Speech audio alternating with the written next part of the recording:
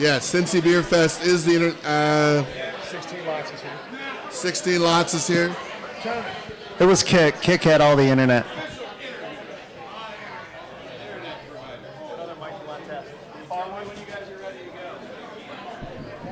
I think right at Check 7:30. one. Check one. Check. The whole show's just us going to say just, check for like just half a an hour. Just to let you know. It's just going to be check all night. Nope, that one's yours. Call it the check down. Welcome to the check down. No, it was 2 Miller Lights. Okay, yeah, I got 2 Miller Lights, right? No, it was Oh, did I mess that up? yeah. Whatever. 1 more Miller Light. Go ahead. Let me know when you do it. Go ahead. Hey, Tom, here, I'll give it to you. Look, James. Tom's clicking. God damn it, Tom. I think you need to stay. God damn it, Tom. The clicking followed you. Are we live yet? The clicking followed Tom, Yeah, guys. go ahead. Go ahead. Whatever. Tom's clicking. Tom, God damn it. Where's Mike Cannon? Where's Mike Cannon? About what's going on. All right, we're 2 minutes away from going live, guys. 2 minutes away from going live.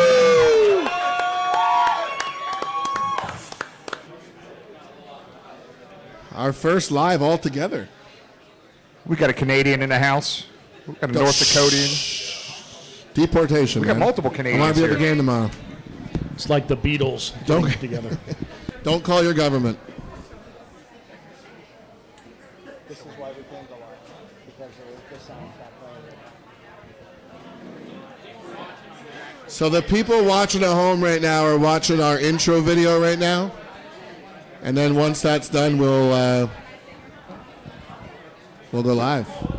I'd like to welcome and acknowledge Jim Foster's number one son Yes. who joined us tonight.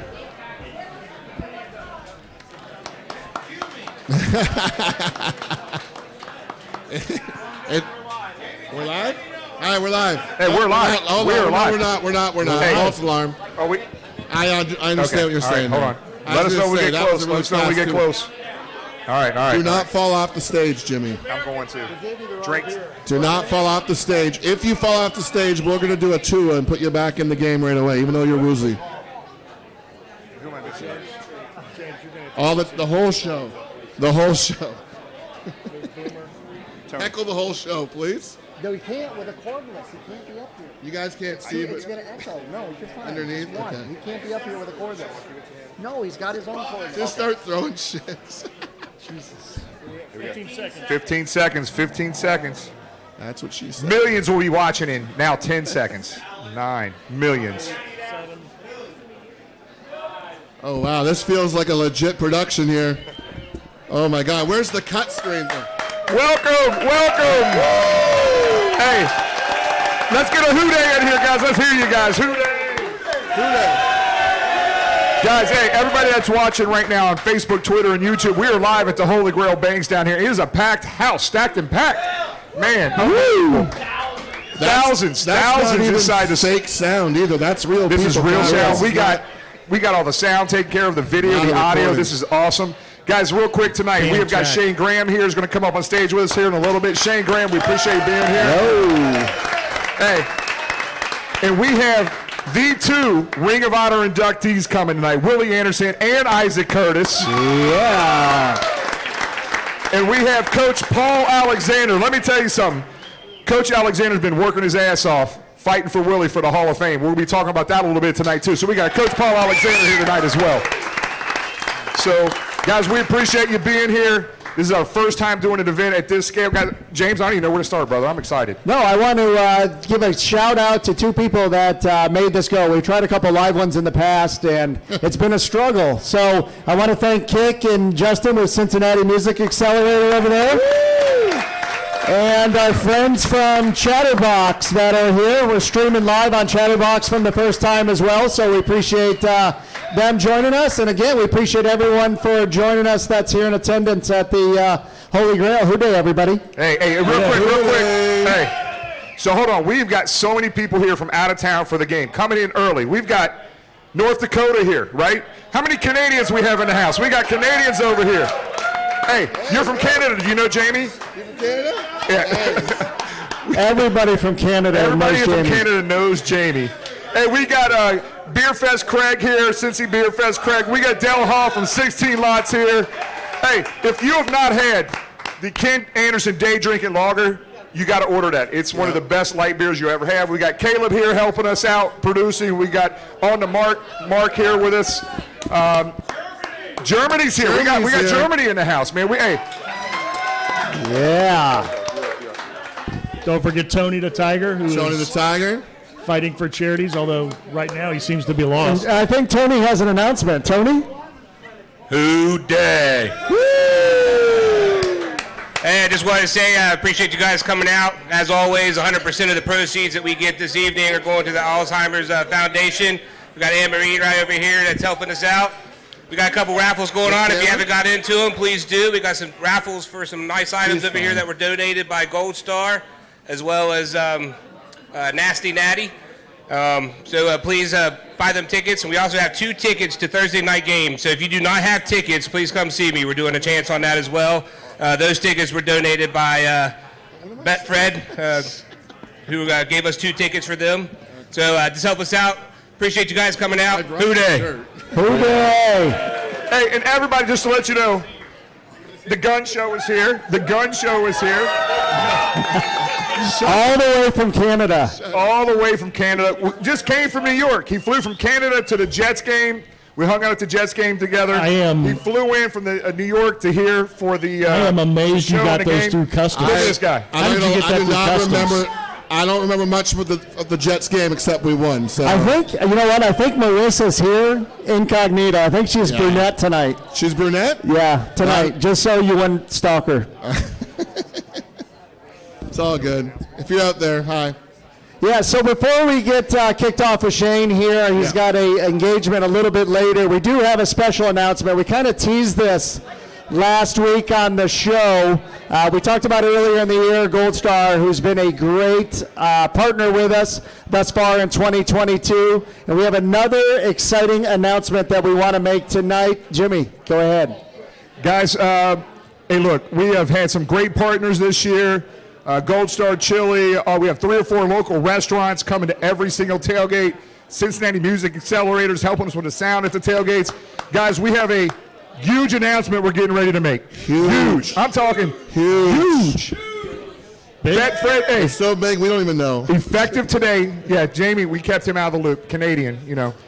Hey, Betfred Sports. Effective today, we are partnering with Betfred. They will be involved in every tailgate, in every podcast we do. And James, I mean, this is a big deal, brother. Certainly big. We want to thank Jason and the staff at Betfred. As you know, in January 1st, 2023, gambling will be legal here in the great state of Ohio, in the Buckeye State. So Betfred will have you ready to rock and roll to place your bets. So again, we want to thank Jason for everything that he's done. Another great partner. You're going to see a lot of great activation throughout the tailgate season, starting even Thursday night here with our Trailer Park Floozies, who will be live in Lottie with us on Thursday night. So we appreciate Jason. We appreciate the folks at Betfred. And stay tuned for more exciting announcements as their involvement with Bengal Gym and Friends ramps up for the 2022 season. Is gambling not legal here yet? It's legal in Indiana, Okay. not Ohio. That's legal in January Canada. 1st. What about saying, Kentucky? Is it legal in Kentucky? Not legal in Kentucky. Is that why you keep racing. texting me, asking me what the spreads are? No, in Indiana it's legal, Okay. just not in I got you. Ohio. So stay tuned. A lot of exciting announcements on that, and we appreciate Betfred stepping up.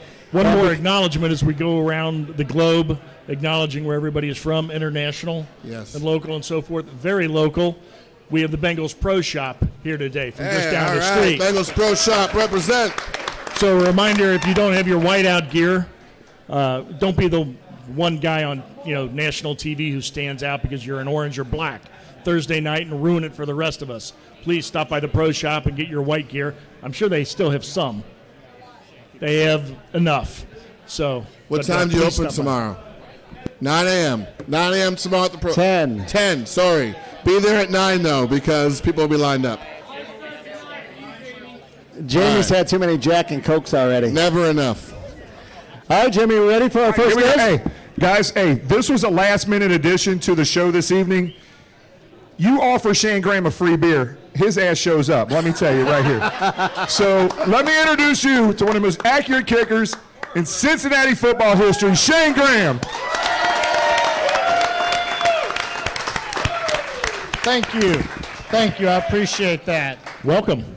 Well, I'm glad to be here because, knowing with the way that the Bengals have started to embrace a lot of the alumni and a lot of the former players, it's been very refreshing to see that.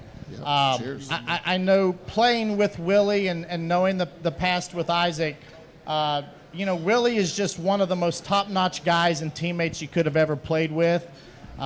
It's a shame he's not in the Hall of Fame, and hopefully he gets there. But, just being side by side with Willie for so many years, Willie never treated me like I was just a kicker. Willie treated me like a teammate, and Willie knew that I had an obsession for my skill just like he had an obsession for his skill. I think when you're able to have teammates that respect you and don't treat you like you're less than because you're not as big and you don't get beat up as much or whatever, and you also work hard when you don't have to work hard and they see you working hard, I think they respect that as well. So that was something that I just felt like there was a mutual thing. And Willie was a technician. You talk about guys who are not just physically gifted at a certain skill at a position, but Willie studied and Willie understood who he was going up against and how he needed to defeat that player. And you look at the numbers he had over the years, and they're Hall of Fame worthy. And I think that's what makes him so special. So if we could all continue to push for Willie in the Hall of Fame, I think that would be good. Mm-hmm. But, I'd be remiss if I didn't bring up the fact that, my last days in Cincinnati were very hard on me. And when I left, it was something that it stayed with me for a long time, and I felt like the whole world in Cincinnati hated me, and I felt very guilty about not having the best game. But the more I've been around people, the more I felt the love and the warmth from everyone, and I really appreciate that. Shane, in earning some of that love, though, you made a lot of big kicks. Well, and you know what? For the couple misses that were there that I obviously hated and regretted that they didn't go the way I wanted them to go, there were a lot of makes. And that's something that as a specialist, you have to hold on to the positives to continue your confidence, and there were a lot of those makes. Certainly if you're a kicker with all the pressure you have on you, you've got to have, nerves of steel.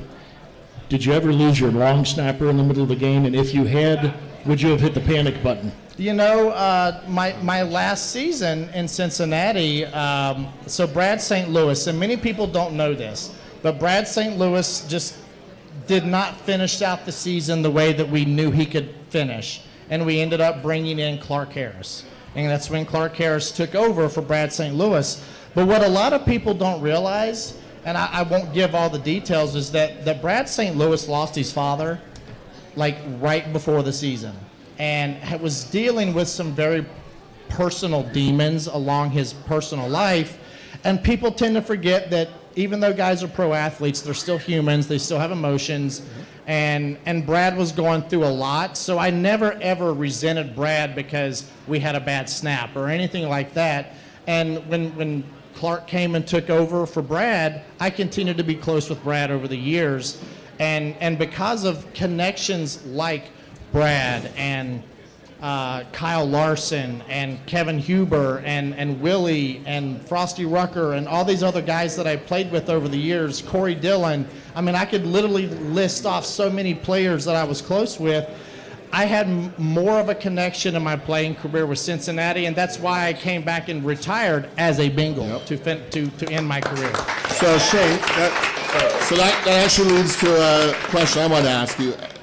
The kicking game, how much percentage of it is technical versus mental? It is 10% physical and 90% mental. And it's so hard to understand that if you've never done it, but you think about golf. Okay? How many of us who go out on a golf course, we know we can hit a good golf ball? You haven't seen me golf before, but yeah, I get it. But I'm saying, like, every now and then Yeah. you hit one good and you're like, oh shit, I know I can do it. Yeah. But it's the mental part of replicating that skill over and over. And what you see in high-level college football and high-level NFL football is people that come as close as possible to replicating a skill over and over. But there's those people that set themselves even higher because they mentally are able to keep that focus and keep that repeatability in their skill. And we're also human. Yep. And those things sometimes have things that keep you off of that straight path. And with kicking, yes, you've got to have a good snap, you've got to have a good hold, you've got to have protection. But even with all those things being perfect, you still have to execute and perform. And it's just because as a normal fan, as a person who is looking at a kicker kicking a field goal, we'd see it on TV and it looks so easy. Right. Because guys make it look easy, and the guys don't get beat up, and they don't get bloody, and their jersey's clean after the game. But you don't realize, like, what it is they do is actually a very hard skill to do. Right. And when guys are able to do it and make it look so easy, we take it for granted. And I'll admit, I took it for granted in my own career, and it's realizing there's no such thing as a chip shot. Everything is you have to have focus and mental drive on every single time you perform. And sometimes it gets the best of us, and we have to learn from that and move on to the next one. Okay, the one thing can I ask one more? Sorry. Yeah, go. The one thing I've always wanted to ask a kicker, and maybe for some of the people here who sit in the end zone, how much of a distraction are those people in front of you waving their arms with signs and yelling miss? How much of a distraction does that actually cause? To be if honest, any? Honestly, I never saw that until I saw the TV copy. Okay. Because, You're zoned in. you're so locked into a process. And, movies try to make it look like tunnel vision and everything's blurry outside of it. It's not really like that. What it's really like is you're creating a process that you are trying to replicate and focus on to distract you from the fear of failure. So when you line up on the field, everyone tries to decide, can I do this or can I not do this? Or am I afraid of not doing it more than can I do it? Right. So when you create your process has you locked in, and you're focusing on every little thing you're doing into that movement, and then you actually do it or you don't do it. Yeah. And then you have to build your confidence in order to be in that situation. My favorite analogy for having confidence and relying on your process and your confidence is, it's another golf analogy. If you can imagine this, would most people know what the 17th green at TPC Sawgrass is? Yeah. It's an island green. If you're a golfer and you're an average golfer and someone gives you a $10 golf ball and says, this is the best golf ball you can use, would you take that $10 golf ball and put it on the tee to hit it at that island green? Or would you take that scuffed up golf ball you found in the woods? Scuffed up all the way. Okay. Yeah. In that process, you have immediately set yourself up for being afraid of hitting it in the water. That's smart. So that's the mental mindset you have to have every time you kick a football, is you have to believe that every time you go out there, you're going to have your best performance versus guarding against the result that might happen. So that's the best analogy I can think of. That's interesting stuff. So, Shane, I got a real serious question here. Guys, please pay attention to this question. There was a coach that once said, I asked the coach, are kickers athletes? His response was, it's debatable. Are kickers athletes or not? That was Paul Alexander, by the way. Let me say this. If you look at me right now, that's hard for me to answer. But I've seen some that are very good and very talented athletes, and I've seen some get away with not being the best athlete. It's an athletic skill, so I think it's a very hard question to answer, because I've seen guys get away with it that weren't the best athletes, but I've also seen other position players get away with it that weren't the best athletes just because of other physical gifts. All right, I say that as a joke. It's debatable still. It's still It's debatable. You know what? So I will agree with Paul on that. It actually is debatable. But I can't remember, and we'll rely on our historian here, Bengals historian. Shane Graham set an NFL record for the most tackles by a kicker in a game. So I would say he's not scared, and he's a damn athlete. You're the athlete. I did have 2 in one game, but I think the record was most in a season. And I had 7 solos and 4 assists in 2005, which probably helped get me voted into the Pro Bowl. And it also plays into maybe if I had more touchbacks, I wouldn't have had so many tackles. But I know we'll let that now, go. today when Evan McPherson goes for a tackle, everybody in the stands is screaming, no, don't do it. When you made those tackles, especially that season it came off, was Darren Simmons or Marvin Lewis waiting for you saying, don't do that? Or get in the way, be a safety? Or You know, even when I was at my best, I was nowhere near as physically and mentally talented as Evan. So I don't know that there was that much of a gasp for air for me getting hurt. I know that people respected me and knew that I had talent to be good, but yet Evan is just special, and it's a special kind of special. But if it's anything, I hope Evan would understand, and any other kicker or punter, is that you still put on pads like everyone else, and you still have to understand leverage. You still have to understand tracking a hip. You still have to understand how contact works with running your feet. You still have to understand that your job is still tackling, if you have to, and that also keeps you from getting hurt. The more you know how to tackle, the more you protect yourself from getting hurt. We have a fan question. Hold on one second, Jimmy. One question. It's been a couple years now since they moved the extra point back, Shane, and we want to thank you for joining us. What's your thoughts on that? You know, the word on the street was, man, it's too easy. It's just a layup now for that extra point. Getting that 1 point is just a give me. So it's been, 2-3 years now since we've seen that extra point move back. What's your thoughts on that whole process? You know, the extra point in general to me is something that I came to respect a lot differently later in my career.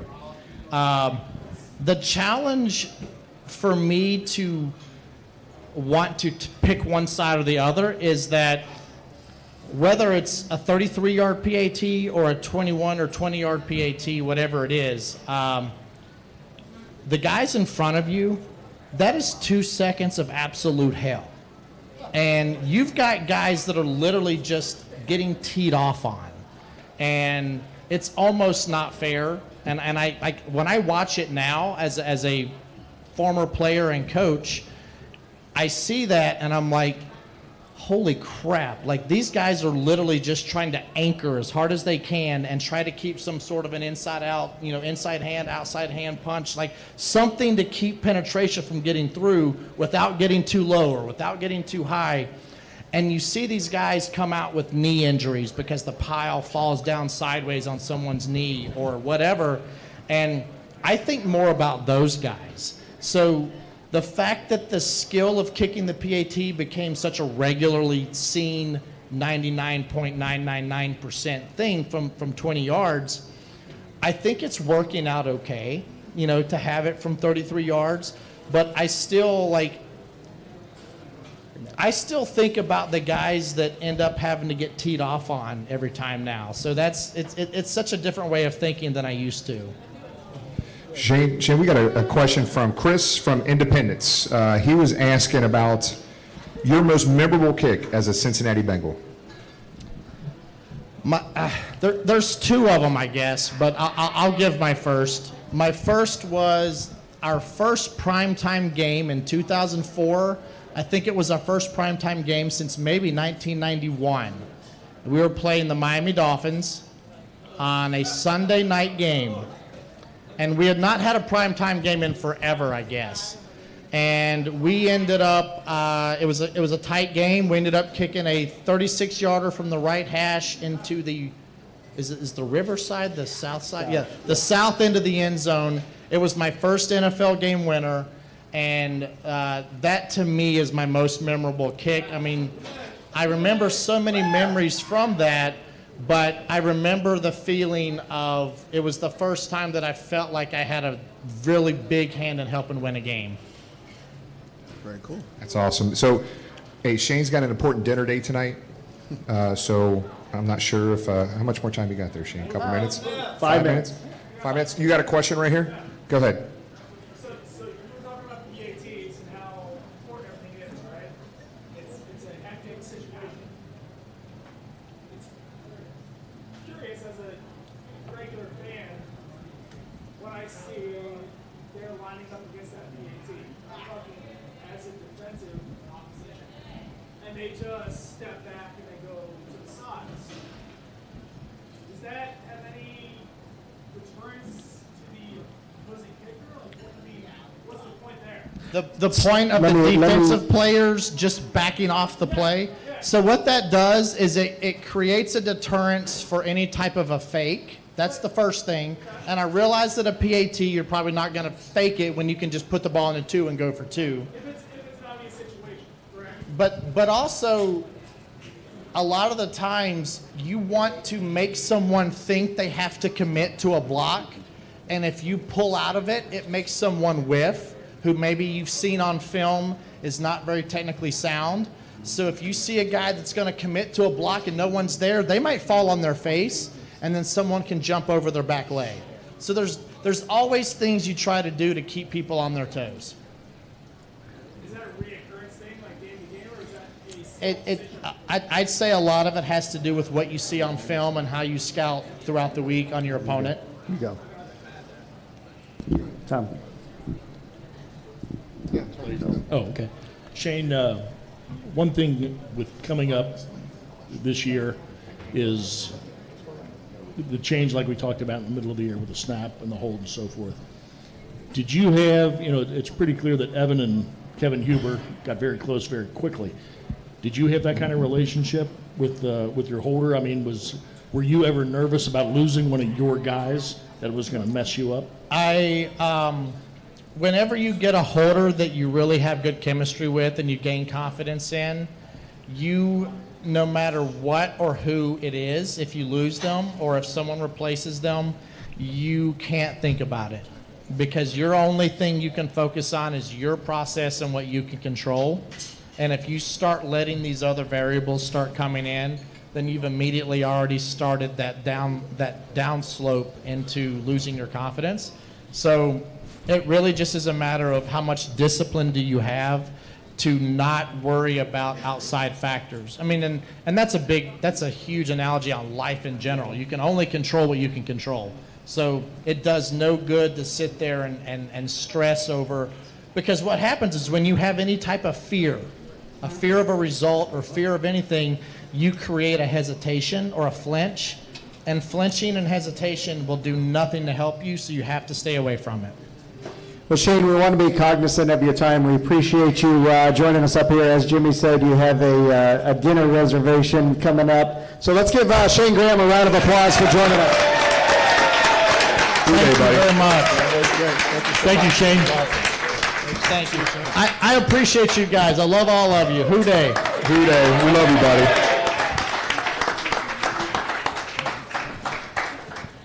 Now, I see a couple people here I've already bought drinks for wearing the Talkin football shirt. Anyone else here wearing that shirt? Well, thanks, buddy. Thanks, Sharon. There's your fellow Canadian back there. Is anyone else wearing that shirt? Can you get a drink on me if you're wearing that shirt? So, is anybody else wearing? Gentlemen, can you just show people that shirt? Anyone else wearing that shirt tonight? Because if you do, you get a free beer on me. We got two more over here, Jamie. Two more over here. I already bought them. Hey, you know what? You know what? Where are you from again? Canada. It's a bit. Hey, hold on. You got to pay in loonies. Canada's a really big country. Whereabouts? Whereabouts? Where? Kelowna? BC. All right. BC's nice. All right. All right. All right, it's time to get those orange raffle tickets out. Everybody's got the orange raffle tickets. We're going to give away some prizes here before we continue with the guests. Tony, you want to go ahead and do the honors? All right, now we're giving away some of these chains, and want to thank Ron Boyle, who makes these chains. You guys have seen these around the stadium before. He donated these to us. So our first winner for the Ken Anderson Ring of Honor chain goes to 341050. What's that?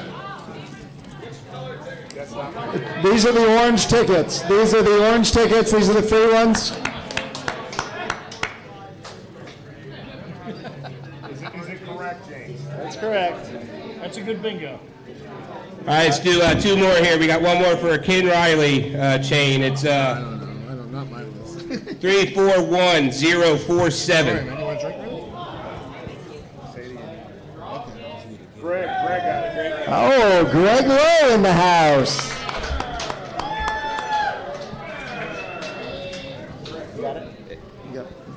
All right, last one for now. We'll do some more here in a little bit. This one's my favorite one. Actually, Jimmy's jealous of this one. It's the Paul Brown Ring of Honor. It's got a picture of Paul Brown in it, so it's pretty cool. All right, so that winner's going to be 341014. I got it. That's fine. Got it right there. All right. We'll get some more out here in a few minutes. Thank you. It's not too late if you need to get a raffle ticket. Anne-Marie, raise your hand. We do have raffle tickets. 100% of those proceeds go to the Alzheimer's Association. Where's my man Mark at? Is he out there drinking? Yeah, Mark, we do have the Bengal Jam t-shirts if you want one of those t-shirts. See Mark. And without further ado, Jimmy, who's our next guest? Guys, everybody, hey, kind of an unannounced a guest here. Anybody in this room, by show of hands, ever heard of Black Owned? Black Owned. All right. So we got the owner of Black Owned, not just Black Owned store, but we got the coffee shop. Man, I'm telling you hey, the chai tea they got, I'm telling you, the stuff's really good.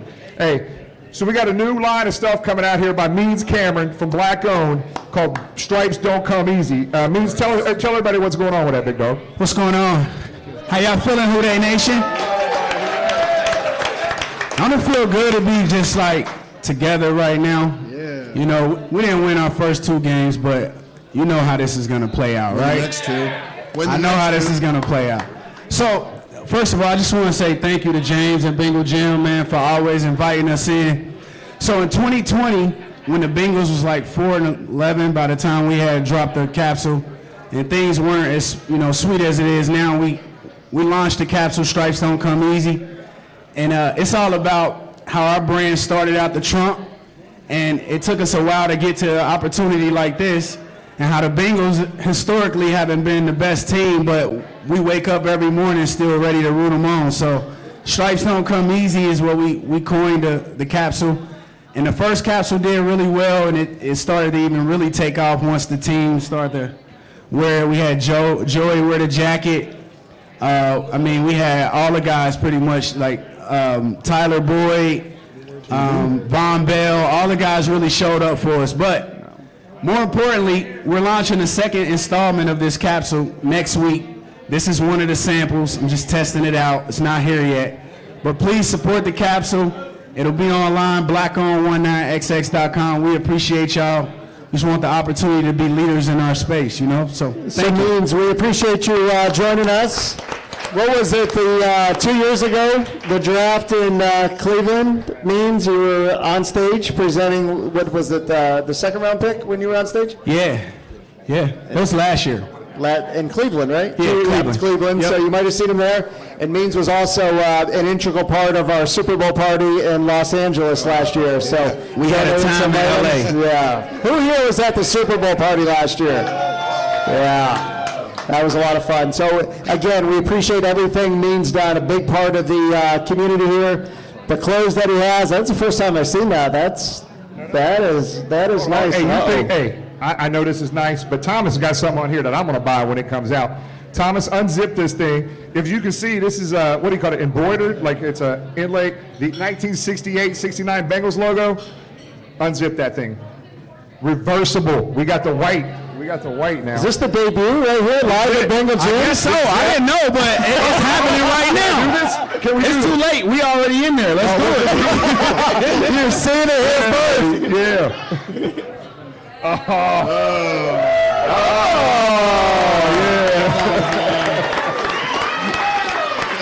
So now that we did the impromptu debut, that was real impromptu. So I gotta mention this launch party. Yeah, I know, right? We gotta redo our whole marketing strategy. But I'm glad you all did that, but I gotta say this. So these are still samples. We're tweaking it in the final version, which you'll see Elizabeth wearing probably in the game Thursday, has black stripes. So don't become confused. The final version actually has black stripes, but we tested out this 3M look, so when it snapped the picture, but we want black. So just know the final version will be black. Stripes don't come easy. So means we have a lot of people obviously here in the house tonight at the Holy Grail, but we have a lot of people that tune in online. If somebody's not local to Cincinnati, they want to purchase one of your great products, how do they do that?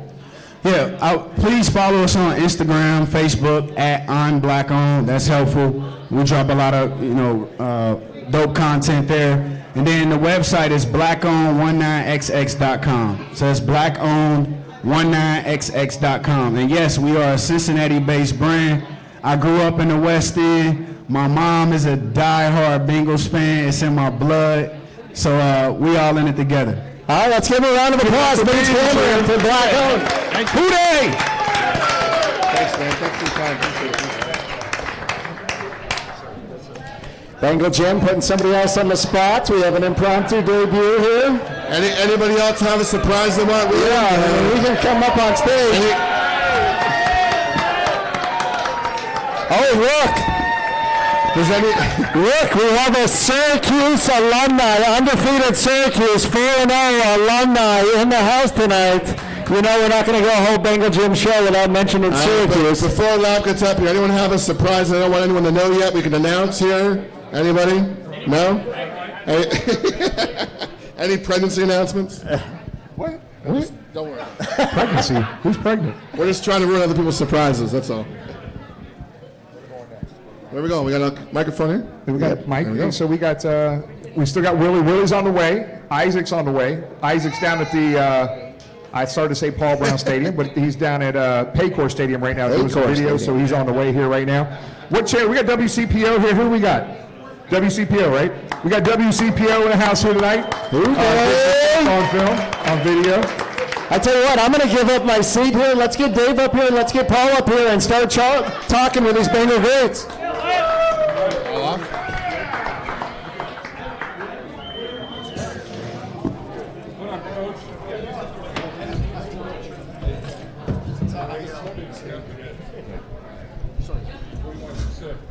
Dave looks thirsty. You want water, pop, beer? What do you want, Dave? I'll do some water. Go ahead, Jimmy. You want to sit in the middle? Dave, and Paul. You want to sit? Paul, you want to sit here? Okay. Sit here. All right, we will walk around. If you have a question, go ahead and raise your hand. Flag me down. We'll walk around for the questions. Without further ado, we're going to turn it over to Jimmy to introduce our special guest. Hey, this is I'm a rose between two thorns up here right now. Hey, Paul Alexander and Dave Lapham, two Cincinnati football legends. Give them a big round of applause, guys. Thank you. So, hey, Willie's on the way. Willie's on the way right now. But I'm going to start it off with Coach. No, I'm good. Coach Alexander right here.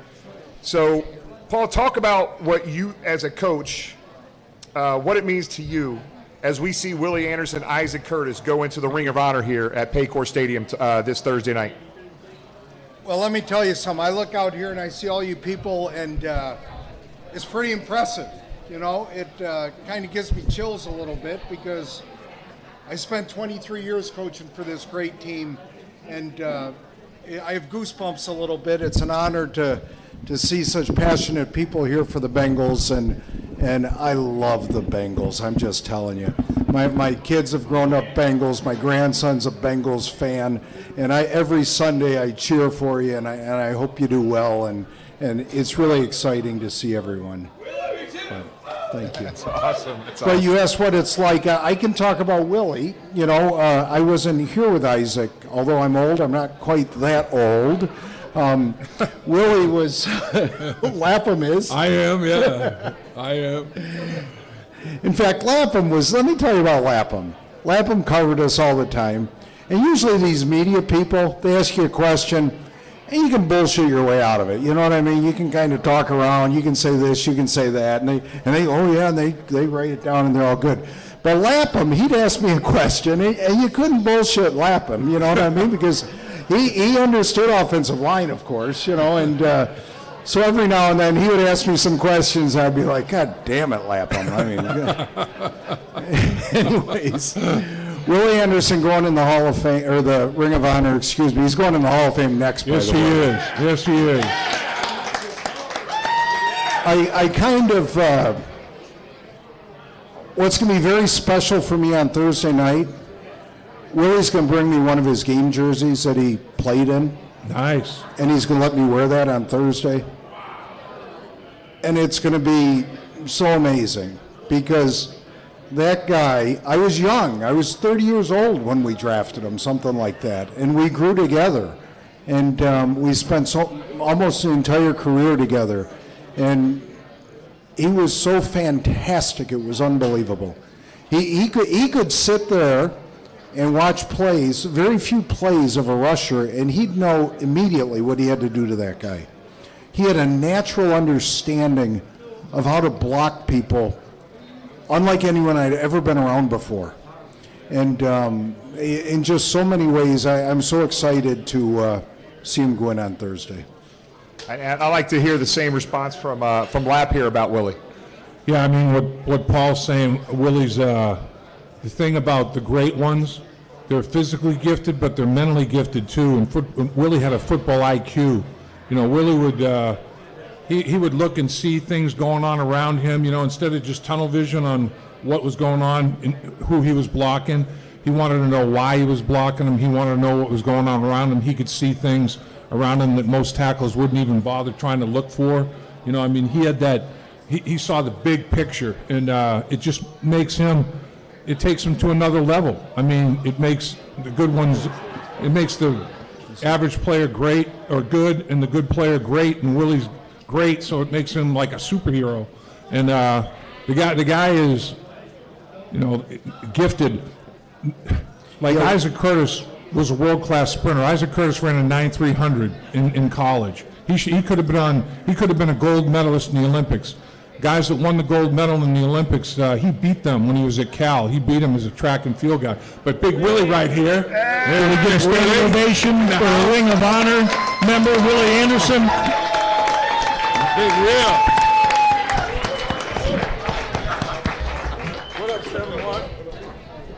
Well, we can stop saying good things about Willie because I remember this from coaching. You never say good things when the player can hear you about him. You always say bad shit, you know what I mean? Now, hold on, Coach. Hey, would you ever let your damn players wear black and yellow? No, Willie, what is up with that? We'll let it slide. Hey, let's give it up for Willie Anderson, baby. Ring of Honor, future Hall of Famer right here. Yo, happy to be here. Just saying how gifted athletically you are. Used to be.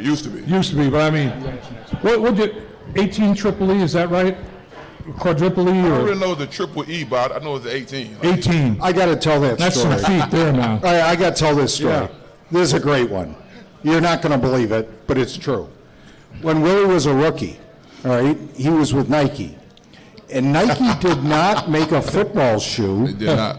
big enough for him. Honest to God. They did not. They did not have a football shoe that was big enough for his feet. So they decided to make their own prototype shoe, all right? And they took a piece of leather and screwed in some screws and put like it looked like a pair of shoes from 1940. I'm not kidding you. All right, and they gave them to Willie. And Willie was like, I'm not wearing these things, He gave them to Brock Gutierrez. All right? Brock, unfortunately, threw them out years ago because it would be fantastic to see them now. All right? Willie played his entire rookie year, I kid you not, on basketball shoes. That's right? right. That's On right. grass. That's right. We played in Jacksonville during a hurricane, typhoon, whatever you want to call it. It was pouring, and he's out there slipping around like hell. Me, of course, I'm cussing him out, but believe me, trying to play with ice skates on ice is hard, And I forgot all about that. Like they did not make the. And I've been dealing with shoe problems since I was 14 years old. Like I think Coach Trickett. It's funny. My college coach, Coach Trickett, Rick Trickett, he sent me a pair of shoes, probably broke some rules. He sent me a pair of shoes my 10th grade year. He was coaching at Texas A&M because my high school coach went out and put out a whole broad thing across the country that I didn't have any shoes. I was 14 years old wearing a size 18 shoe, and 1989 Nike just did not make those kind of shoes. Fast forward to 96, they still weren't making those kind of shoes. You know what I mean? So I dealt with hell for a couple years, until Nike realized that football players were wearing shoes over the size of 14. Yeah, and Willie always knew the value of money, because I was like, well, if Nike don't got him, I'll bet maybe Adidas does or something like that. And he's no, they're paying me. I got to stay with Nike. There you go. Okay, so 18 shoe, and we talk about in sports, everything starts with feet and ends with your hands. Look at these hands. Show how big are these hands, Willie? I mean, too big, no. Look at them. Those things are massive, man. When Willie got his hands on you, it was over. You were done. It was see you later, locked up, in prison. Coach Alexander, to start this odyssey that ends at the Ring of Honor Thursday, and then the next logical step, which is all of us being up in Canton when he unveils his bust. What was the scouting report on Willie Anderson when you went down to Auburn to look into him, to scout him, to watch him on tape? What stood out initially, and other than screaming at him in Jacksonville, what did you have to work on him with his rookie year? No, he was fantastic as a rookie. My first memory of knowing that I wanted Willie, I was at the Combine, sitting in the end zone, and they had a drill where you'd block down and pull around and hit the other guy with a bag. And when he pulled around there with the quickness and athleticism and explosiveness and everything, I saw that and I said, oh my God, I've never seen anything like that before. And at that moment, I knew that I very much wanted him. Then we went down to Auburn, where, the people down there were unbelievable. His coach, Rick Trickett, he could have been Willie's publicist. I mean, he was beautiful in promoting him. And we went out on the field and we did the drills. And I did a drill where I had Willie just put his arms out. I'm sure you remember it, right? Mm-hmm. He put them out, and the goal was to push his arms down. And I could push everyone's arms down. I mean, come on, right? I literally could not move his arms. I could have, if I were able to do a chin up, right. I could have done a chin up on his arms, right? He was that strong, and I was like, oh my Lord. And then he came in, he comes into training camp late, right? Really. He comes in late, he's holding out, that kind of crap. Well, you tell him what happened when you came into Wilmington College, you signed your contract, and about an hour later, what happened? An hour later, so I literally gave my contract to my financial guy, and Paul was like, okay, that's bullshit's over with, let's go on the field. I'm like, on the field now? And so that day at practice, instead of just easing guys in, you ease your rookie who've been holding out for 3 weeks of holding out. I went against Javon Langford about 25 times pass rushes, back to back. And I'm like, this dude's crazy. Like, what's wrong with him? Like, go again. I'm like, damn. So Paul was trying to get all the days I held out in one practice. And I ended up falling out that day, too. I passed out. I remember your rookie year. I think it was your rookie year. Maybe, I know it was early in your career. That one-on-one with John Copeland. Mm-hmm. And Cope could run stuff. I mean, John Copeland was a two-gapper. He could two-gap a large animal, Mm-hmm. So Willie gets up against him, and it's like, boom. It's two forces of nature going at each other, and Willie stands him up, and all of a sudden John Copeland's eyes get as big as hard-boiled eggs, and he goes over, pancake, flat in his back, and I look, and I'm like, woo, Bengal's got something here. This guy can drive block. John Copeland taught me how to run block, because John Copeland was a legend at Alabama, the state I grew up in. So I grew up in high school watching him. He was a legend down there, and my first couple days in practice after going pass rush, Paul had me going against Copeland, and Copeland was an unbelievable run stopper. And I outweighed him at least 60 pounds maybe, and I couldn't figure out like why can I move this guy so Lap saw the one rep where I got him good, but you got him, man. The rest before that though I was like, damn, the NFL is really hard because I know I'm bigger than this guy, but I can't move him. And it was all about Cope knew how to get his hands inside and understood leverage, but once I understood that my leverage was me getting my hands under his hands, then I'm gonna win. He was a rookie. We're getting ready to play Buffalo. You know this story. I've told it many times. We're getting ready to play Buffalo, and he's a rookie. He's going to play Bruce Smith, right? The all-time leading sacker in NFL history, 300 of them, right?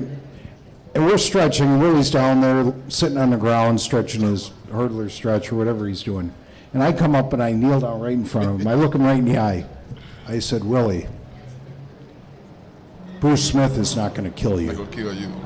And Willie looks up like, really? I said, he might kill a fucking quarterback, but he's not going to kill you, all right? Just so you know, all right? And it was kind of... Now, in my head, though, that kind of calmed me down. I'm like, yo, he's not trying to kill me. Like, he's trying to kill Blake. Yeah. You know what I mean? So that did kind of, in a strange way, kind of calm me down. You know what I mean? And it made me laugh, too, because my high school coach, great guy by the name of Harold Clark, late Harold Clark, my high school won the state of Alabama's ESPN's first national championship. My high school won in '88. I was in the 8th grade. Wow. I got there in '89, and one of the things that Coach Clark did was he would talk trash to you, like to all the seniors, like this guy gonna beat your ass. You're gonna lose this rep. They're gonna kill you tomorrow. So as a freshman, they threw me in the lineup on ESPN as a freshman, 14-year-old freshman. I got destroyed, by the way, but before the game, he was telling me, this guy gonna kill you, he's 20 years old. I'm like, I'm scared as hell. Like it's the reverse of me. He's trying to hype me up, but I was nervous as hell. So when Paul came and told me that my rookie year, I was like, yo, you know what? I'm gonna use that. Like, he's not trying to kill me, like, because as a lineman, you see these guys, and when you're a young rookie guy, you say, yo, Bruce Smith is gonna freaking kill me. Right. You know what I mean? Yeah. And that stuff goes in your head. Right. And he was doing it jokingly, and I think he was doing it jokingly and kind of like trying to calm me down. But it did kind of calm me down because Bruce Smith was my idol. I wanted to be, I was growing up, every offensive lineman don't want to grow up to be an offensive lineman. Maybe now they do. But back then, I wanted to be Bruce Smith or Reggie White. So my rookie year off the bat, facing Bruce Smith, I'm like, damn, he's going to kill me. Yeah. That's my hero. Yeah. But when Paul said that did kind of like calm me down. And I played okay against him. Did okay. Hey, Willie, before we go any further, I'm with your buddy Floyd here from Happy's Pizza, straight in front of you. We're worried. You've been talking all day. What type of drink do you need that we can bring up to you? Hey, by the way, that's Isaac Curtis right there.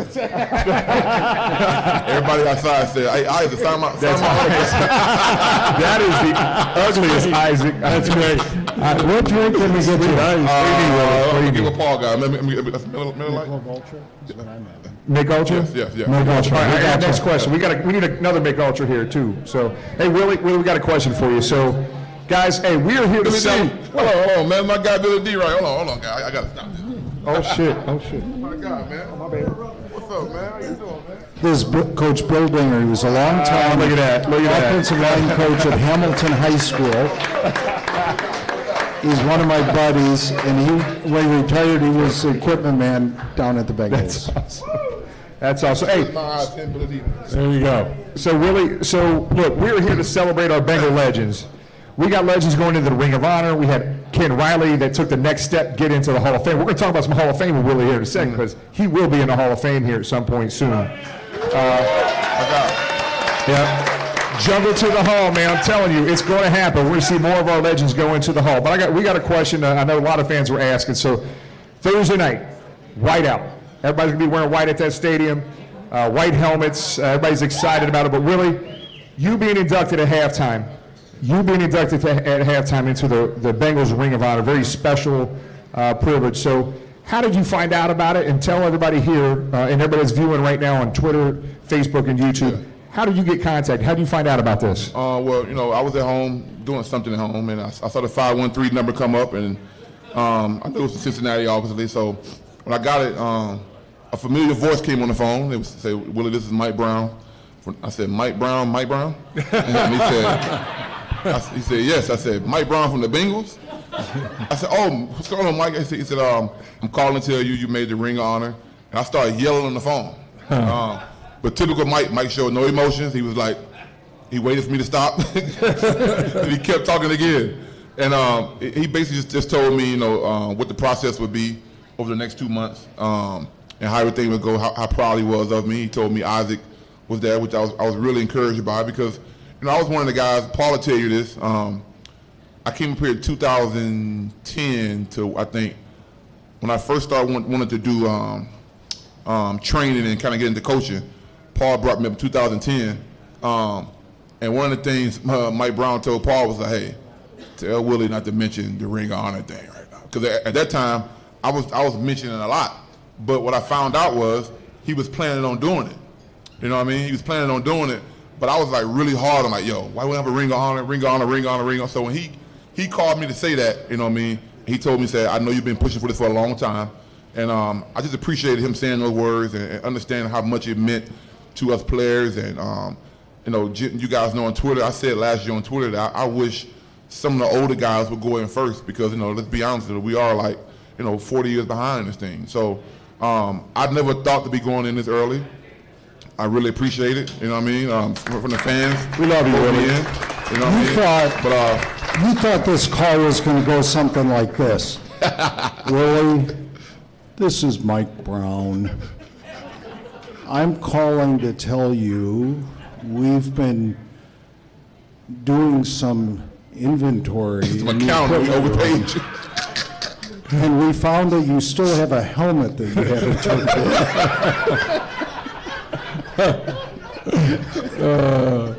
True. or we overpaid you in 08. But I tell folks all the time, man, you know, Mike did good by me. Like, you know, maybe early in the 90s things were kind of crazy, but as things went on, and Paul will tell you this, like Paul has seen he has so many stories of the Bengals, you know, highs and lows, and, you know, once we were together when there were some lows, even though my rookie year wasn't a total low, because we went 8-8. I think we was like one game from making the playoffs. Then the next year with Boomer, we went 7-9. I think we went like 72 the last 9 games. So I personally thought the first 2 years were like, oh, this is great. They were all wrong about this thing. But then once we lost Boomer, we went through a stretch from like 98 to 02, basically. There was some dark times. And then, you know, we both was here when Marvin came around. We both were just so happy the things that Marvin was implementing. I think we both were more shocked that Mike was letting him do it. But we found out that Mike kind of wanted those things to happen, and it was just, you know, circumstances that things couldn't happen. But after that, once Marvin got going, like, you know, you couldn't really say that Mike Brown didn't pay anybody. Like, he paid me 3 times. He paid Carson $100 million. You know what I mean? So that narrative of the Bengals kind of, you know, went out the way after the 90s. But there were some times we went through, you know, early on it was kind of crazy. But once once Marvin got here, 03, things kind of changed for the better of the franchise. And I think the guys now kind of benefiting off what they started with the organization in 03 with Marvin and his coaching staff. You know, I think you make a great point. I mean, Mike Brown paid quarterbacks. He made Boomer the highest paid quarterback, made Carson the highest paid quarterback. But it was that's the position that he really respected. You know, other positions he didn't have as much respect for. There's no doubt. But the thing I really respect about you talked about those, you know, darker times. Well, from the media standpoint, you know, having played and understanding a little bit what guys are feeling and how they're feeling and all that, you know, it's kind of a tug of war when you have to go talk to people and bring up things that aren't necessarily the most comfortable things to talk about. The thing I appreciated about you were always a stand-up guy, always available, never ran and hid from anybody or anything. And I looked at you as you were the voice of reason, you were the leader of the football team. I mean, you were the number one guy that everybody on that football team, and not just players, I'm talking about coaches and, you know, other people look to, Willie. I mean, you carried a huge role, man, and, you know, I think of you as not only a great football player, but as a great human being, you know, for a lot of things that you were doing off the football field as well and in the locker room. Yeah, man, you know, the things we did off the field is funny. My brother back there, Floyd Walker, I met him, you know, along with, I think, Corey Dillon, Taquille, and I. We were all going to, at the church at the time he was at was called New Jerusalem Baptist Church. And he was a youth pastor over there, so he knew all the kids were at. So Floyd had all the kids on deck in the area. So we started doing stuff in the city with Floyd for 10-something years, you know, that he did all my charity stuff. He headed it because he knew who all the kids were, and the kids were a big part of my, you know, still are. I love dealing with kids right now. You know, when I was younger, I used to pray to God that, like, why can't Michael Jordan or Oprah Winfrey come to Mobile, Alabama and show us how to make it out of there? And that's kind of one of the things I do with my academy right now. We take high school kids and get them scholarships, get them trained up, promote them, and get them in colleges. And last year we had like 15 kids sign college scholarships, which I think was a huge deal for. Really, before we continue, a couple of things. You met Ron Boyle last summer when you were here. Yeah. He's made this for you. Oh, no doubt. I still had the other one from at home last time, yes.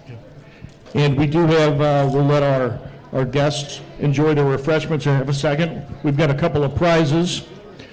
Orange ticket number 341041, an Anthony Munoz Ring of Honor, and a Tim Crumry collection of signed cards and 8x10s. Ticket number 341046, 3410 Pete Johnson. And a Willie Anderson Ring of Honor chain. Orange ticket number 341079. 341079. Here we go. We got some people walking back to the side there.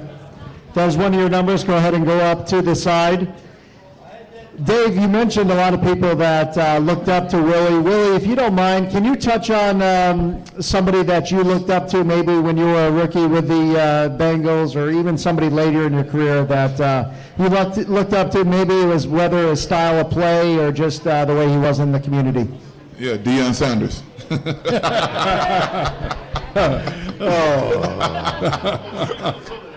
Paul asked us one day in my rookie year, he said, you guys watch football, typical coach talking to young players about watching the game and studying the game.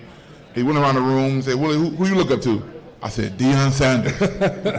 and he got so mad. He was like, why Deion Sanders? But what about Deion? And that's somebody that I didn't really, I'm cool with Deion. I didn't really know Deion personally. I'm getting to the person next personally who helped me out. But I thought I learned how good Deion was when I was in my sophomore year in high school, in college. When I asked a buddy of mine, Damian Craig, like, what makes Deion so good? And what made him so good was he had so much confidence into his speed. So I learned that playing tackle and cornerback was like similar. Like a great cornerback is a guy who can stay playing one-on-one defense, is a guy who can stay square while the guy's running the route the entire time. You see most cornerbacks turn and bail out real fast, and you have guys like DeMar Chase just route him up, do moves on him.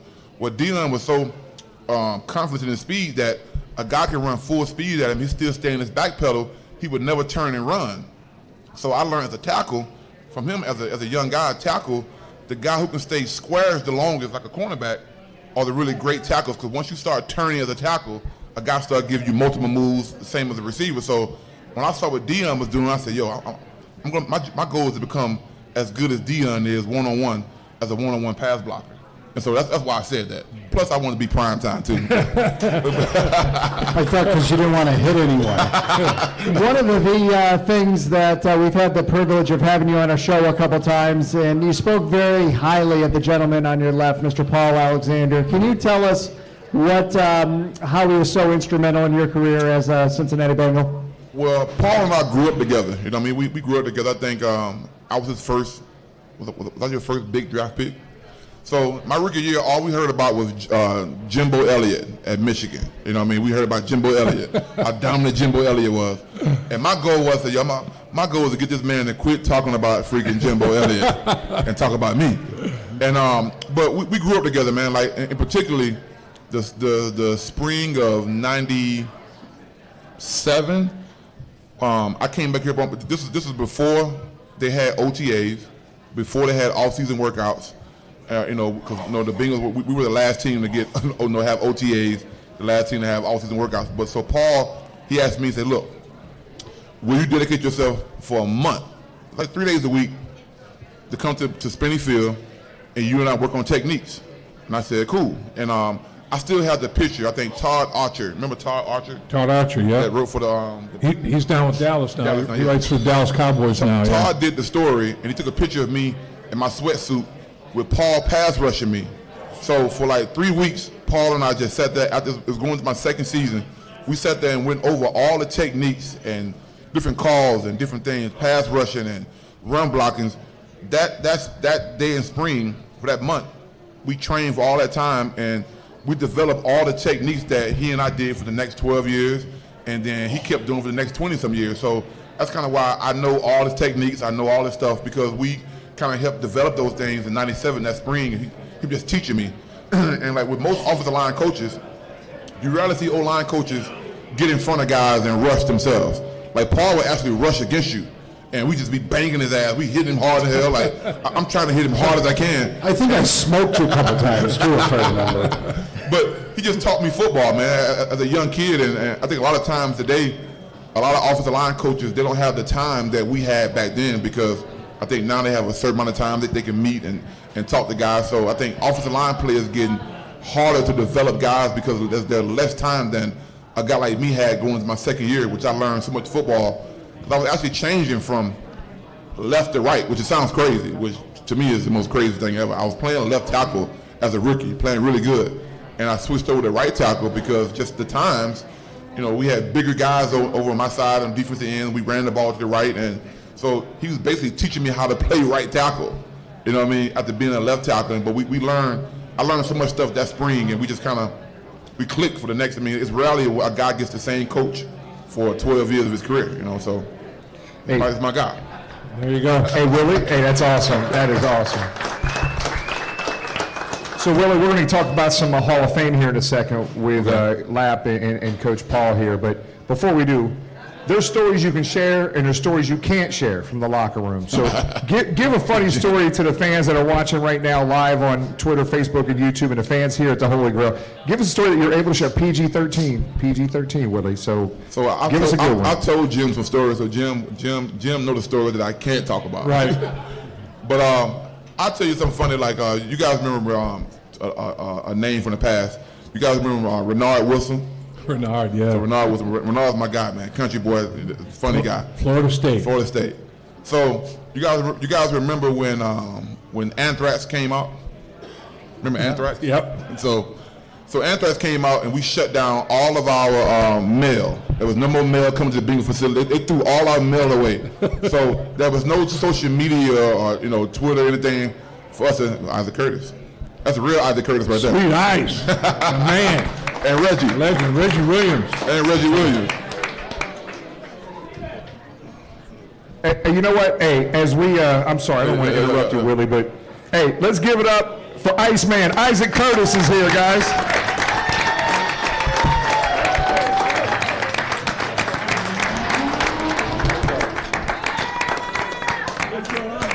What up, Ice? What's going on, stud? What's the word? Let's see if we can fit Ike up here. And we also have another special guest on his way up here. Reg, what's up, man? How you doing? Reggie Williams. Reggie, go ahead and head right up on stage as well. My Facebook partner is Reggie Williams right here. Reggie? My Facebook friend, right? My guy right here. There you go. Got me a little bling too there. Did you check when you get in? All righty, let's give a round of applause to our two Ring of Honor inductees on stage here.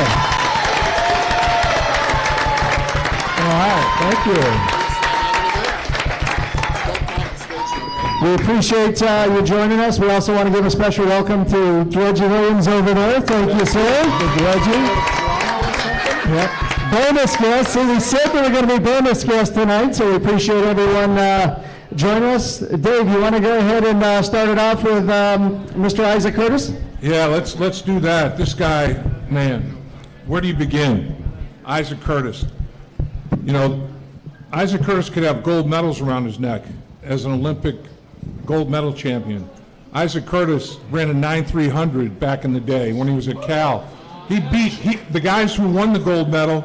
He beat straight up, beat them. Could have been on the Olympic team. How tough a decision was that not to go to the Olympics? And you were transferring at that point from Cal to San Diego State? Well, actually what happened that year in '72, I was transferring from Cal, and I was actually a running back. And I was transferring to San Diego State. I was supposed to go to Olympic trials. Eddie Hart, who was my teammate at Cal, in '70 when we won the National Track and Field Championship, we ran 1, 2, and the 100. We were the two top collegiate sprinters in the country.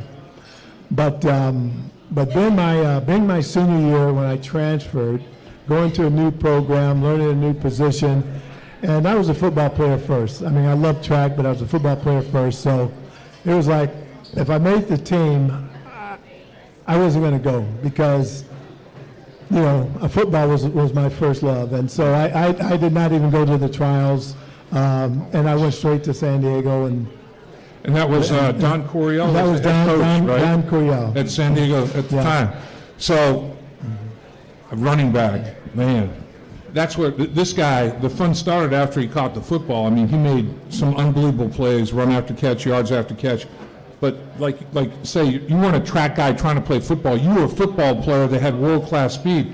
You would catch the back half of the football, man, like you had glue on your fingers. Were you always a real good catch of the football? No, I just catch it wherever they throw it. I'd try, but no, I could always catch the ball, and that was one reason that I could always catch the ball very well. And one reason that I transferred, I wasn't real happy with Cal. I was a running back. I was more of a blocking back. Running the lines, I'm kicking out on linebackers like Reggie and this and that. And I said, this is something wrong with this pitcher. That's crazy, man. And wide receiver was a much more natural position for me. And so when I transferred down to San Diego State with Don Coryell, it was probably the best move I ever made. So unbelievable career, unbelievable numbers. But here's a couple of numbers I want to throw out there. This guy averaged over 17 yards a catch for his career, not in a game, not for a season. We're talking about for your career. That's ridiculous. He had back-to-back seasons where he averaged over 21 yards a catch. Back-to-back season. Over 21 yards a catch for an entire season, 2 straight years. He was unbelievable. And that's when, I mean, if we threw the ball 25, 30 times, that was a ton.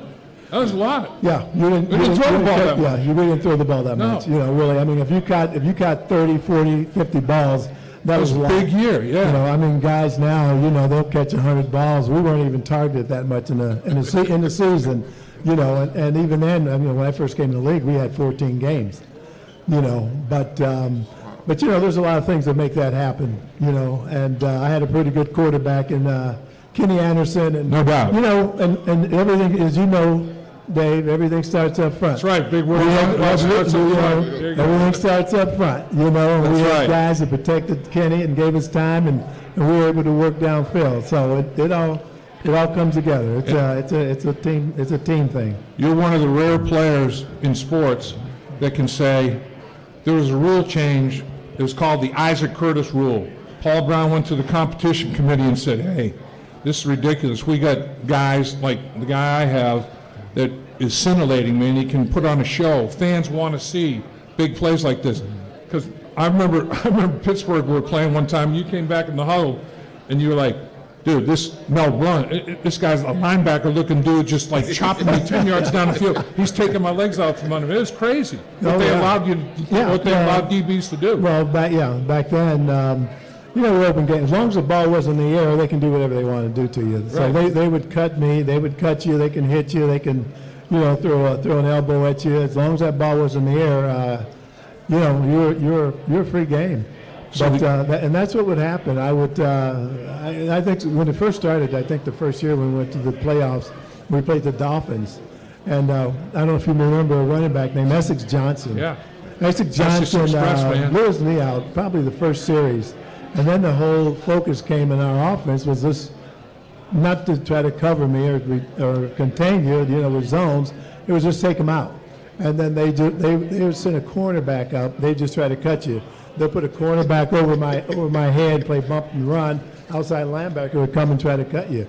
And so teams started doing that, and which just kind of got a little crazy. But yeah. So Paul Brown went to the competition committee and pled the case. And that became the 5-yard rule. You could chuck, reroute, and all that in the 5-yard area, but hands off supposedly, after that. And it's kind of, sometimes it is, sometimes it isn't. But, I mean, what does that mean that you had that big an influence on Paul Brown, who had that big an influence on the league, where today's game is the way it is now because of the Isaac Curtis rule, basically?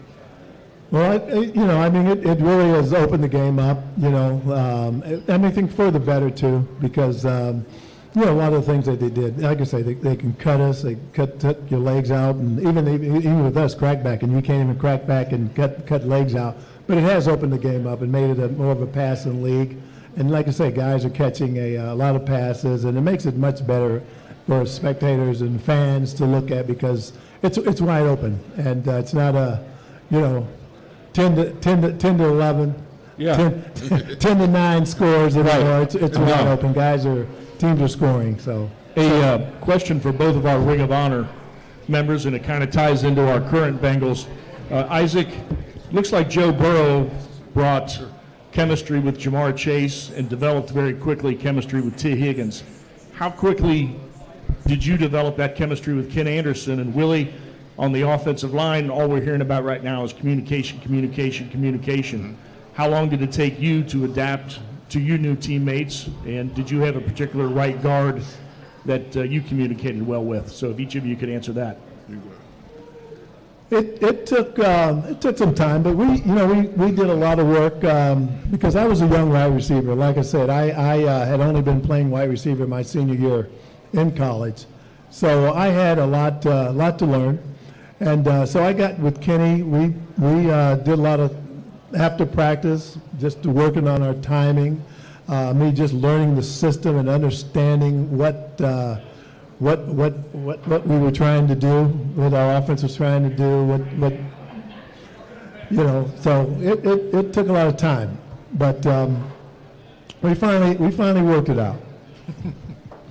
So, fortunate and unfortunate for me, I came in the league with a coach with Paul who all we did was walkthroughs, and then at the end of my career at Baltimore, all we did was walkthroughs again. But early on with Paul, I think Paul drafted, I was the first round pick. My boy Ken Blackman was the third round. Then Rod Jones was seventh. And then Brock was a free agent. So in that room, he had, I think all four of us may have, well, I don't know if Brock played his rookie year, but Ken played, I played, Rod Jones played. So Paul was dealing with three rookies playing in the draft class. He played all three of us. So what I hated so much was, we was at Spinney Field, we would go out, I think at lunchtime. We'd go out lunchtime. We have everybody out there, and we would just do all these different drills. While everybody else was inside doing everything else, chilling, eating, whatever, we were outside doing pass set 5 technique, pass set this, go over, do a switch games. But what it did was, it really helped us out, and he was like, yo, I'm playing three freaking rookies. You know what I mean? We had Joe Walters, we had Derek Brills, but you playing three rookies. I was playing left tackle, Ken was playing right guard, then Rod was kind of play guard a little bit. So for a coach to play three rookies the same year, we did a lot of extra practicing, which I hated at the time, but as I got older, those, I told you earlier, those techniques, what we did as a young kid, we developed those techniques for the next 12 years of my career, and he kept doing them for the next 20-something years. So it starts with what kind of coach you got. Like I was saying, you got to spend extra time with your guys.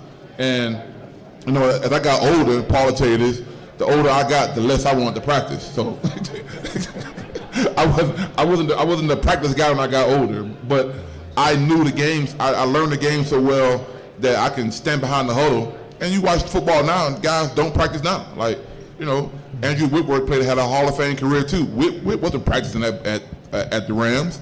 He was coming in on Thursday or Friday, and he'd go dominate on Sundays. Like, the older you get, like, coaches learn that you don't need to grind out guys, but when you have a bunch of young guys where we had in '96, I think that extra practice time and extra meeting time, that stuff kind of naturally takes place.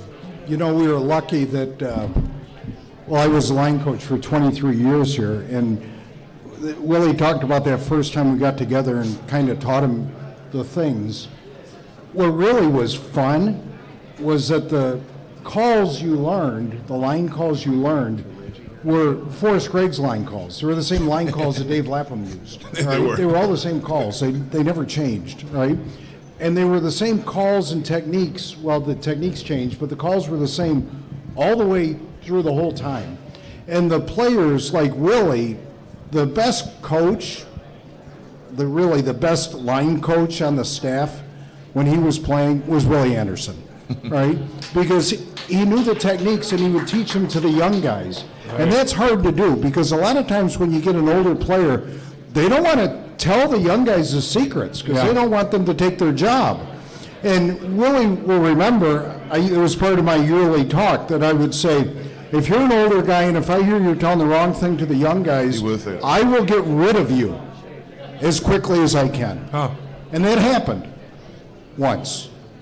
And anyway, so he was the best. The guy who made Andrew Whitworth what Andrew Whitworth was is Willie Anderson. That's what Whit said. Whit's very, very open about that. My guy, man, my little boy. I mean, Whit's like, hey, Willie Anderson, man.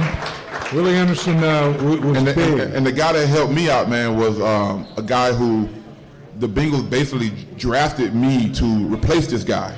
And with Joe, man.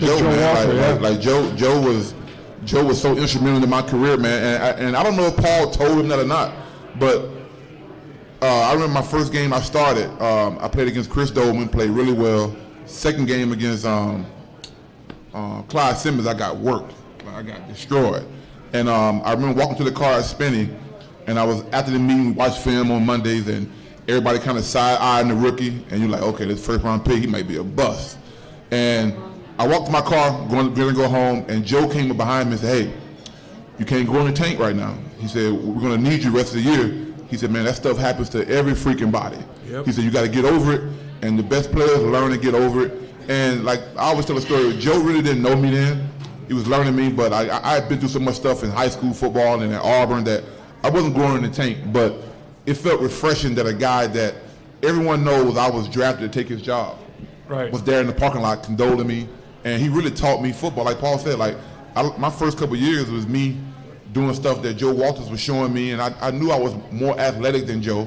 I just wanted to have the mental capacity of football and the note-taking ability that Joe Walters had. And I want to make sure everybody knows, because I told Joe years ago, and he didn't really believe me that I talk about Joe a lot. I said, Joe, on social media, you're not on social media. On social media, I'm always bragging on you and what you did for my career. So I love Joe Walters, and the culture that Paul put in that room, we carried that for 12, 13 years, man, of helping the young guys after that. So yeah, the note-taking wasn't quite as good as Joe's. Wasn't quite as Joe. Really, when he would turn in his written test every Saturday, up at the top I'd circle it like, here's a mustard stain there. Chicken wings. Right, and over here's barbecue sauce, you know, and I'd say...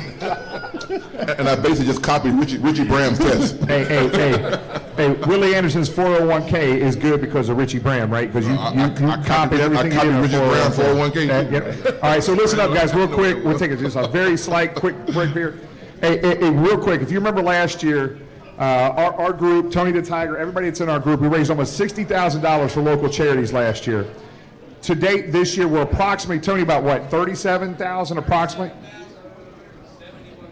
$37,170 towards local charities this year. So it's because of you guys. And what's crazy about this is it's not just local fans, it's national and international. We got people from Germany here today. We got people from England in the back over there. England, raise your hand back there. England. We got people from North Dakota. We got people from all over the place coming in town. It's not just locally, but across the country, internationally supporting. Westchester, come on, you're like 10 minutes away. Come on, man. Hey, but real quick, tonight, for the last week and a half, we've been working with the Alzheimer's Association. We've raised over $10,000 last year in a 2-week period for the Alzheimer's Association. Anne Marie. So, hey, there's a huge prize pack here. It's the Ring of Honor prize pack that if you follow us on social media, you've seen it. Anne Marie, hold that Bengal orange and black. If you want to buy a raffle at all and support the Alzheimer's Association, please see Anne Marie. She's going to take care of us and get you a what now? That's right. Yeah, get a duck in the pond if anybody knows what I'm talking about. So real quick, a few years ago, the Bengals celebrated their 50th anniversary, and they put the top 50 players. And obviously, these guys up here on stage were all on it, and there's another guy that was number 12 on that list of 50. And let's give it up for one of my favorite linebackers in the history of the Cincinnati Bengals, Reggie Williams. Reginald. My dude. Hey, so Reggie is coming in town to support his Ring of Honor recipients, his buddies, his friends. So I'm going to turn the mic over to Mr. Reggie Williams here. Hello, everybody. Who Dey, right? Let me tell you, Who Dey started when we started playing, right, Dave? It started. That's exactly right. We started. That's We exactly started, right. and it still lives on. And Cincinnati Bengal fans deserve everything, including a Super Bowl championship. So I am very pleased to be here to support Isaac Curtis, one of the greatest players in Cincinnati Bengal history. Absolutely. So explosive, most deserving of being a Ring of Honor inductee. So all I really want to do is really just congratulate you great fans for driving so much energy around the Cincinnati Bengals last year. And this year is this year to get it done, all right? If you guys and gals remember, we did a Super Bowl special with Chris Collinsworth, Kenny was on, Reggie was on. Reggie by far gets the best dressed award. He had that big collared shirt, flowers. Reggie gets the best dressed award to ever appear on Bengal Jim and Friends. So congratulations to that, Reggie. So, so if anybody, look, man, I am just intrigued with the Bengals of the 1970s, most underrated, some of the most underrated teams in Cincinnati football history from the 70s. Is there a kid here, middle name Curtis? Is there a kid here with his middle name Curtis? Cameron, stand up. Hold that jersey up, son. Hold it up. I got 4 boys. All 4 of my boys have a middle name. And this one right here is my youngest. His middle name is Cameron Curtis Foster right here. There you go. He's my ugliest kid for sure. Look at him though, man. I don't even know him, But he's talented. he was a baller back in the day. He's talented. Baller back in the day. So Isaac, tell everybody, hey, if everybody remember, hey, we post a lot of old videos from the 70s, and I'm just intrigued about, I love what the Cincinnati Bengals are doing right now with the history of this organization, tying it into everything they're doing today. But we post a ton of videos from the 70s and 80s and 90s of Bengal legends that we can't forget about. We'll never forget these guys, and they need to know that. We support them and we fight for them. But anybody remember Isaac Curtis, what he did after a touchdown? What did he do after a touchdown? Behind the shoulder spike. So I tell everybody here how that came about, because it is just a classic touch of every touchdown celebration you ever did. Well, actually, it started when I had transferred down to San Diego State. Of course, I was a running back at Cal, so I went down to San Diego State.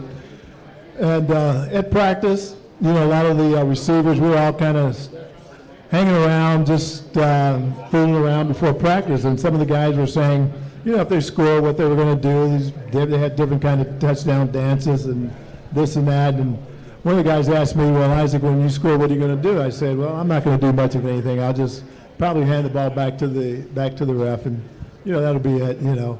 And he says, no, you got to do something when you score a touchdown. So anyway, he tossed me the ball, and when he tossed it to me, I just threw it over my shoulder, and I said, that'll be it. And so I just kind of adopted that from back and when I was at San Diego. So hold on. So you were Ocho before Ocho? I was Ocho before Ocho. Okay. I'll tell you, that's such a cool move. That's Isaac in a nutshell, man. Just so cool, you know. I'm trying to remember. I know one media outlet, you got play of the year. I think it was like 4th and 4.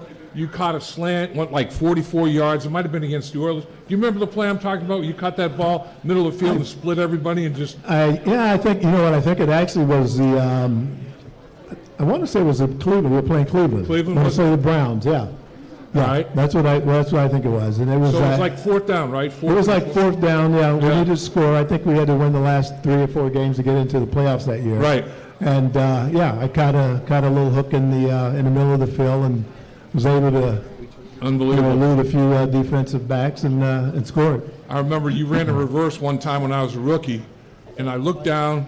You were on one side of the field, one side of the formation. I looked down for a bit, looked back up. You're already 20 yards downfield the other. I'm like, what the hell was that? I mean, that was like a flash. Isaac Curtis could motor. So you ran a 9.3. I ran 9.3, yeah. Man. 100-yard dash. What yeah. other events did you compete in? I ran 220s, 220. What'd you do? What'd you get? I was 20.5. 20.5. In the 220. But you know, it's really Ridiculous. something because coming out of high school, actually, I wasn't even a sprinter. I was a hurdler, and even going to Cal, I was a hurdler. Lower so high. my freshman year, I ended up straining a hamstring. Really? And so when I was able to run again in our first meet, the coach didn't want to put a whole lot of tension on my hamstrings, and so they said, well, we had a couple of sprinters that were out. Why don't you just run a 100-yard dash? So the first 100-yard dash I ran in that meet, I ran 9.3 and I beat Eddie Hart, who was one of the Unbelievable. top sprinters. First meet. I never went over a hurdle again. I guess. Well, so were you low or high Turned into hurdler? a sprinter. You were low hurdle or high? I was a high hurler. High hurdler. High hurler and a low hurler. Lab, I asked Isaac today, like, how long did the afro last? Like, I thought the afro ended in the 70s. He said he kept rocking it in the 80s too. So the afro was fresh, man. He was. Now it's a rim fro, man. Just there's nothing left but the rims. Unbelievable. Hey, real quick, so guys, I want to respect these guys' time. They have gone out of their way to be here for you, the Cincinnati Bengal fans. So I know a couple. I know Coach Alexander has a prior commitment. He's got to get out of here, so we're going to kind of let him go here. But we appreciate Coach Paul. And guys, and give Coach Paul a round of applause here if you could, guys. Thank you, Coach. Be careful, help him down here. Hey, we have another Cincinnati Bengal legend. Who remembers that who's old enough, like me, to remember that 1981 season? The first Bengals Super Bowl. All right, we got a bunch of old people in here, I'm just saying. Hey, so against the San Diego Chargers, regular season, don't let Dan Fouts complain about playing here in the Freezer Bowl, because we kicked their butts in San Diego on the road. 44-17. Yeah, thank you. 44-17. Hey, there was an interception returned for a touchdown that game, and it wouldn't have happened unless somebody threw a block for him. I saw that block on video. 102, I think 102 yards, Tom? 102-yard interception return for a touchdown against San Diego, against Dan Fouts. And let's welcome Lewis Bleeden to the show. Lewis? All right. You notice I need help getting up here, and I'm going to need help getting down. I'm glad to see these guys. I know it's going to come down here, but Isaac Curtis is here, and Reggie 57 is here, so I had to come down and see these guys. You can critique the Bengals and complain about a lot of things, and I had a phone conversation with Big Willie earlier today, but you can't argue with them about this. Kenny Anderson, Anthony Munoz, Willie Anderson, and Isaac Curtis. As far as I'm concerned, they got it right. Absolutely. So, congrats to these four legends. Now I know Isaac was talking about he ran like a what was it 9 what did you run 9 something 9 what 3 9 something. See, that's what you get for going first. I ran like a 9.16. So you can't change. So mine is faster than yours. I'm gonna tell you guys. That was your 40-yard dash, though. 40-yard dash was like a 4.06, something like that. I can remember it was my rookie year I was hurt. And my second year, I was having a pretty good camp. The problem was they've got Kenny Riley on the right side, and they had me backing up Kenny Riley. Well, no one is going to come in here and beat Kenny Riley out. So the guy on the other side was Melvin Morgan. Lamar Parrish was gone, and they were Melvin Morgan was the heir apparent. So I was having a very good camp that year. So it was one practice. Isaac will remember, because we talk about this, and this is why he says I owe him for life. We had ran a pattern. He had ran a pattern, I covered him, and probably knocked the ball down or something like that, because I covered Isaac very well in practice. It was underthrown. Yeah, it was underthrown. I can show you a photo, too. So we ran a pattern, and as Isaac Curtis was running back to the huddle, he looked at the defensive back coach, and he says, you have your best two corners competing on the same side.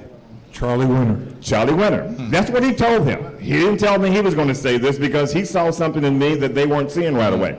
It was either that next practice or the next day, they lined me up on the left side to compete against Melvin Morgan, and I beat him out. Wow. All because of this guy. There you go. Wow. So I love him. It was all because of your talent. Yes. That's the second reason I love him. The first reason that I love him is that normally when we go out, he's buying all the damn drinks. So, I never told him that, but you gotta love a guy who does this. So congrats to these two guys, two of the best, not only Cincinnati Bengals, but in the entire National Football League. All right? But Dave, when you think about the history of this franchise, Paul Brown's franchise, and all the great players that have played there, Pro Bowlers, through the good times and the bads, but also some very great teams. We have two here, and Louis Breeden and Reggie Williams, and yourself, who have contributed.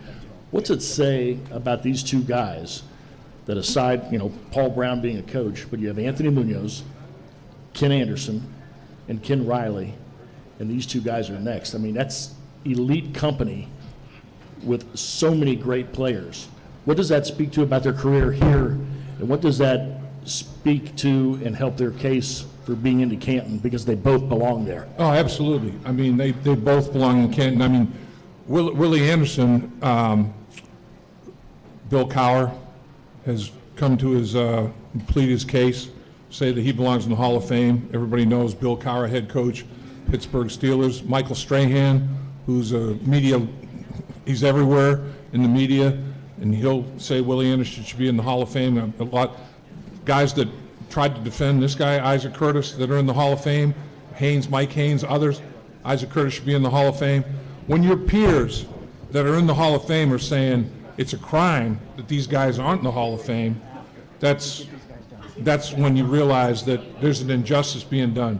Honestly, if these guys don't get in the Hall of Fame at some point, you got to rename it the Hall of Shame, because it's a damn shame. That's what it is. It's not the Hall of Fame, it's the Hall of Shame, man. So, it's a matter of time. There are, I think, steps being taken in the right direction. And like we said before, everybody that has been involved with this Ring of Honor is going to be honored in the Ring of Honor, and not only great football players, but just tremendous people. I mean, it's like that. No one ever says a bad word about any of these guys. I mean, it's like these guys were, as Paul Brown used to say, solid citizens. I mean, not just great football players, but great human beings.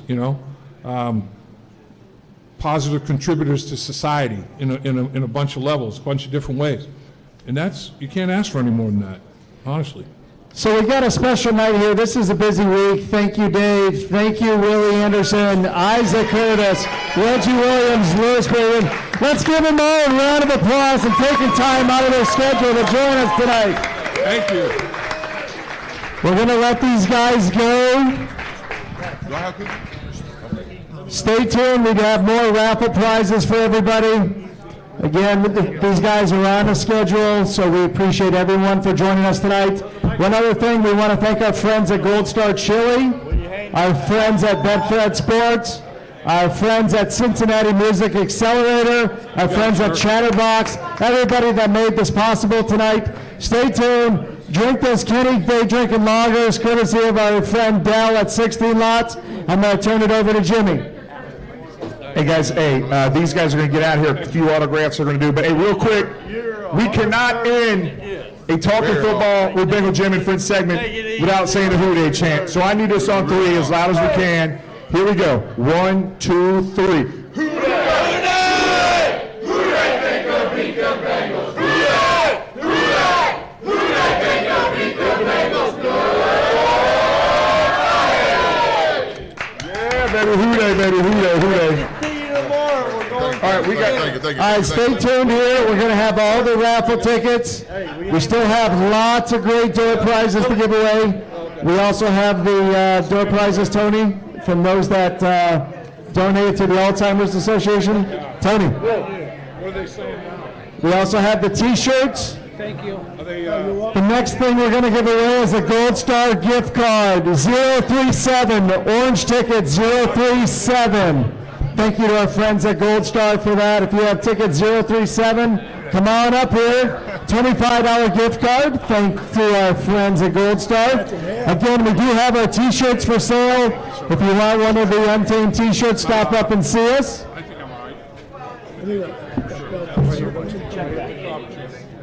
sir. Our next one is a Tim Krumrie package, 007, 007. See you tomorrow, big A boy. Tim Krumrie card and an 8x10 photo.